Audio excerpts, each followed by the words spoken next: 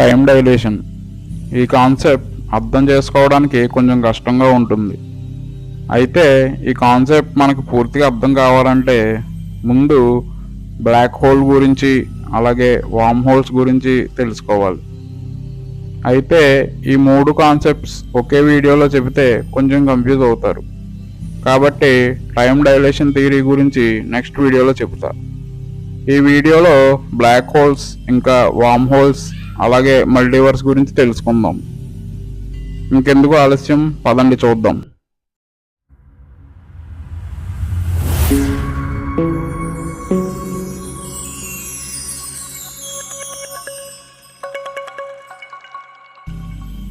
ముందుగా వామ్ హోల్స్ గురించి చూద్దాం.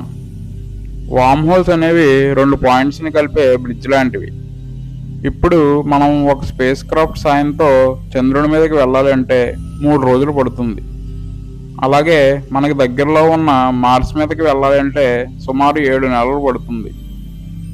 అలాగే మన సోలార్ సిస్టంలో చివరి ప్లానెట్ అయిన నెప్ట్యూన్ మీదకి వెళ్ళాలంటే సుమారుగా 20 సంవత్సరాల సమయం పడుతుంది. అదే ఒకవేళ మనం సూర్యుడికి దగ్గరగా ఉన్న స్టార్ అయిన ప్రాక్సిమా సెంటర్కి వెళ్ళడానికి 80,000 సంవత్సరాలు పడుతుంది. కానీ ఒకవేళ మనం లైట్ స్పీడ్తో కనుక ట్రావెల్ చేయగలిగితే, అంటే సెకండ్కి 3 లక్షల కిలోమీటర్లతో ట్రావెల్ చేయగలిగితే ఆ స్టార్ని చేరుకోవడానికి సుమారుగా 4 సంవత్సరాలు పడుతుంది. కానీ థియరీ ఆఫ్ రిలేటివిటీ ప్రకారం ఈ యూనివర్స్లో మాస్ ఉన్న ఏ ఆబ్జెక్టు కూడా లైట్ స్పీడ్తో ట్రావెల్ చేయలేదు. మరి మనం లైట్ స్పీడ్తో ట్రావెల్ చేయలేకపోతే అంత దూరంలో ఉన్న నక్షత్రాలు ఇంకా ప్లానెట్స్ మీదకి ఎలా ట్రావెల్ చేయగలం అంటే దీనికి సమాధానం వామ్ హోల్స్. ఈ వామ్ హోల్స్ ఈ యూనివర్స్లో ఉన్న 2 పాయింట్స్ని కలిపి ఉంచే ఒక బ్రిడ్జ్ లాంటిది. ఇప్పుడు మనం ఈ యూనివర్స్లో ఏ అనే పాయింట్ నుంచి బి అనే పాయింట్కి ట్రావెల్ చేయాలి అంటే 4 సంవత్సరాల టైం పడుతుంది. అదే ఒకవేళ ఏ నుంచి బికి ఒక టన్నెల్ లాంటి కనెక్షన్ ఉంటే ఆ సమయం 4 సంవత్సరాల నుండి 1 సంవత్సరానికి తగ్గిపోతుంది. అలా ఈ వామ్ హోల్స్ ఈ యూనివర్స్లో కొన్ని బిలియన్ సంవత్సరాల దూరంలో ఉన్న నక్షత్రాలని ఇంకా గ్రహాలని కలిపి ఉంచుతాయి. కొన్నిసార్లు ఈ వామ్ హోల్స్ వేరే యూనివర్స్కి కూడా కనెక్ట్ అయి ఉంటాయి. ఇక బ్లాక్ హోల్స్ గురించి చూస్తే ఈ బ్లాక్ హోల్స్ అనేవి సింగులారిటీ కలిగి ఉంటాయి.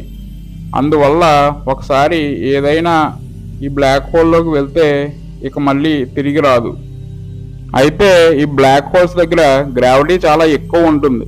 అందువల్ల దాని రేడియస్లోకి వెళ్ళిన ఏ ఆబ్జెక్ట్ అయినా ఎంతో వేగంతో బ్లాక్ హోల్ లోపలికి వెళ్ళిపోతుంది.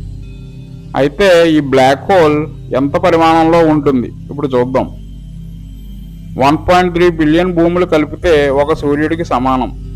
అలా కొన్ని లక్షల సూర్యులు కలిపితే ఒక నక్షత్రానికి సమానం. అటువంటి కొన్ని కోట్ల నక్షత్రాలు కలిపితే ఒక గెలాక్సీ. అలా మన యూనివర్స్లో 100 బిలియన్ నుంచి 2 ట్రిలియన్ గెలాక్సీలు ఉన్నాయి. అలా పొరపాటున ఒక గెలాక్సీ వెళ్ళి ఇంకో గెలాక్సీని ఢీకొని అది దాని పక్కన దానిని ఢీకొని అలా ఒకదానితో ఒకటి ఢీకొంటూ ఒక గెలాక్సీ వెళ్ళి పక్కన ఉన్న బ్లాక్ హోల్లో పడి దగ్ధమై అదృశ్యమైపోతుంది. ఇదంతా కొన్ని సెకండ్స్లో జరుగుతుంది. ఇప్పటికే ఈ బ్లాక్ హోల్ యొక్క పరిమాణం మీకు అర్థమై ఉంటుంది. కొన్ని కోట్ల గెలాక్సీలను ఒక్కసారిగా తనలో కలుపుకుని మాయం చేయగల ఈ బ్లాక్ హోల్నే కృష్ణబిలం అంటారు. అయితే ఈ బ్లాక్ హోల్ దగ్గర టైం చాలా స్లోగా గడుస్తుంది. సెకండ్కి 3 లక్షల కిలోమీటర్ల వేగంతో ప్రయాణించే లైట్ కూడా ఈ బ్లాక్ హోల్ నుంచి తప్పించుకోలేదు. అయితే ఈ బ్లాక్ హోల్ని మనం కంటితో చూడలేము. ఎందుకంటే ఏదైనా ఒక ఆబ్జెక్ట్ని చూడాలి అంటే లైట్ దాని మీద పడి అది రిఫ్లెక్ట్ అయితే మనం దాన్ని చూడగలం. కానీ ఈ బ్లాక్ హోల్ లైట్ని కూడా తనలోకి లాగేసుకుంటుంది కనుక మనం ఈ బ్లాక్ హోల్ని చూడలేము. అయితే మనం దీన్ని ఎలా గుర్తించగలం? ఈ బ్లాక్ హోల్ చుట్టూ తిరిగే గ్రహాలు ఇంకా నక్షత్రాలు చాలా వేగంతో దాని చుట్టూ తిరుగుతుంటాయి.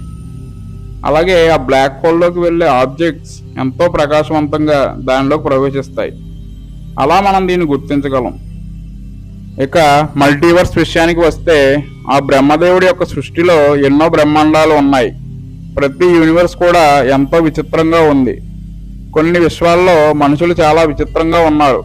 వారి యొక్క కళ్ళు ఇంకా చేతి వేళ్ళు చాలా పెద్దగా ఉన్నాయి. ఇంకా వారి యొక్క తల ఒక అండం ఆకారంలో ఉంది, అంటే ఒక గుడ్డు ఆకారం అన్నమాట. ఇంకా కొన్ని విశ్వాల్లో జీవన క్రమం భిన్నంగా ఉంది. మనుషులు ముసలివారిగా పుట్టి చిన్నపిల్లలుగా చనిపోతున్నారు. ఇంకా కొన్ని విశ్వాల్లో మానవ మనుగడే లేదు. ఈ విషయాలన్నీ వశిష్ఠ మహర్షి శ్రీరాముడితో చెప్పినవి. ఇటువంటి మరెన్నో విషయాలు ప్రస్తావించిన ఆ గ్రంథం మరేదో కాదు, 32,000 శ్లోకాలు కలిగిన వాల్మీకిచే రచించబడిన యోగ వాసిష్టం. దీన్నే వశిష్ఠ గీత అని కూడా అంటారు. మన నెక్స్ట్ వీడియోలో టైం డైలేషన్ గురించి తెలుసుకుందాం.